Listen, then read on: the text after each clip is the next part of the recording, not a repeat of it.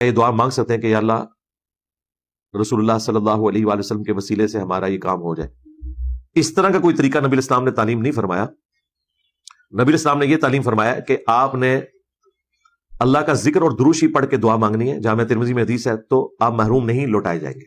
ہاں نبی الاسلام دنیا میں موجود ہوں اور ہم نبی الاسلام سے جا کے کہیں کہ یا رسول اللہ آپ اللہ کے حضور ہمارے لیے دعا کریں اور اے اللہ میں تیرے رسول کے وسیلے سے تیری طرف متوجہ ہوتا ہوں, رسول اللہ کی دعا میرے حق میں قبول کر, یہ درست ہے. یہ آیا ہوا ہے سنن ابن ماجہ میں جامع ترمذی کے اندر. تو یہ صحیح وسیلہ شخصی ہے. اس کو سپورٹی وہ بخاری کی حدیث ہے 1010 نمبر, اس کے اوپر میں نے پوری ایک ویڈیو ریکارڈ کروائی ہے. وسیلے کے نام کے اوپر دھوکا. وسیلے کو جو نہیں مانتا وہ تو گمراہ ہے, لیکن وسیلہ وہ جو قرآن و سنت میں ہے.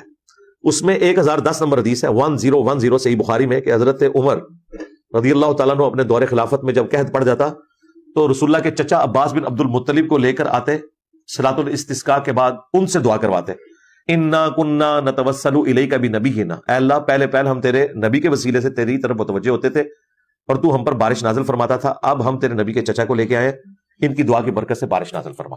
اور بخاری کے الفاظ ہیں, انس بن مالک کہتے ہیں کہ بارش نازل ہو جایا کرتی تھی. یہ وسیلہ شخصی ہے, نیک آدمی سے دعا کروانا, یہ بالکل درست ہے. باقی یہ اس طریقے سے جو ہے یہ اس طرح کا وسیلہ کسی صحیح حدیث کے اندر رپورٹ نہیں ہوا.